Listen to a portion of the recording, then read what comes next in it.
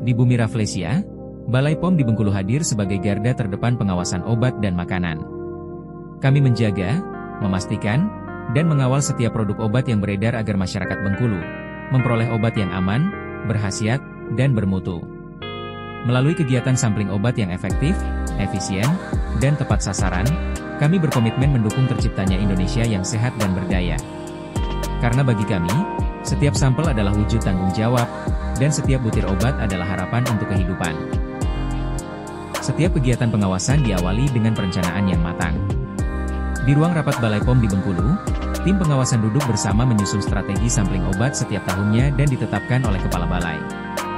Data peredaran obat hasil pengawasan periode sebelumnya, dan analisis risiko menjadi dasar dalam penetapan kabupaten kota terpilih sebagai target sampling. Melalui diskusi yang terbuka dan kolaboratif, setiap langkah dirancang agar kegiatan sampling berjalan efektif, efisien, dan tepat sasaran. Karena bagi kami, pengawasan yang baik dimulai dari perencanaan yang kuat. Berdasarkan analisis risiko, ditentukan sarana yang menjadi target sampling.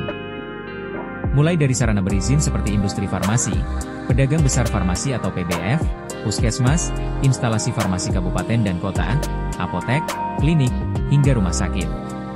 Tak hanya itu, pengawasan juga mencakup sarana tidak berizin yang tidak memiliki perizinan berusaha seperti warung, toko, kios, dan juga sarana peredaran daring yang tidak memiliki izin penyelenggara sistem elektronik farmasi atau PSEF.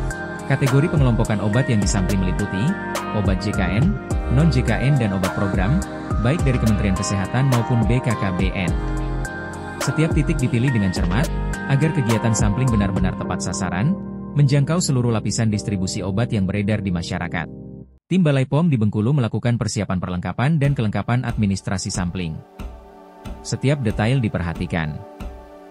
Mulai dari pengecekan formulir sampling, surat tugas, label identitas sampel, hingga wadah penyimpanan. Peralatan seperti termometer, cool box, dan kontainer disiapkan agar mutu sampel tetap terjaga selama proses pengambilan dan pengiriman ke tempat penanganan sampel atau TPS. Dengan kelengkapan dan prosedur yang sesuai standar, tim pun bersiap menuju lapangan untuk melaksanakan kegiatan sampling obat. Di lapangan, kegiatan dimulai dengan koordinasi bersama penanggung jawab sarana, dilanjutkan dengan verifikasi dokumen dan pemeriksaan fisik produk obat yang beredar.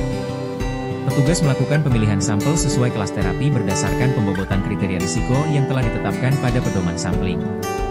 Kemudian terhadap sampel terpilih dilakukan pencatatan sampel dengan memastikan jumlah, kemasan, kondisi penyimpanan sampel dan dilakukan pencatatan penandaan label serta penandatanganan berita acara sampling oleh petugas dan penanggung jawab sarana. Setiap sampel diberi identitas dan dikemas untuk menjamin integritasnya.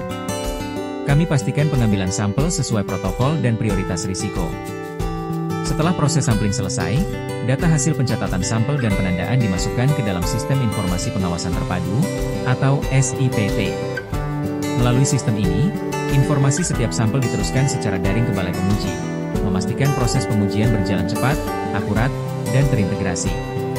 Implementasi pedoman ini tidak hanya bertujuan untuk menjamin keamanan, khasiat manfaat, dan mutu produk yang beredar, tetapi juga meningkatkan kepercayaan masyarakat terhadap produk yang mereka konsumsi.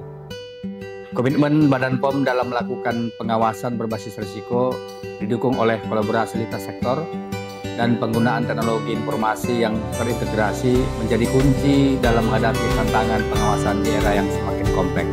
Dengan pedoman yang adaptif dan relevan terhadap dinamika lapangan, Badan POM akan terus berperan sebagai garda terdepan dalam menjaga kesehatan masyarakat melalui pengawasan obat dan makanan, bersama mengawal mutu obat untuk Indonesia sehat.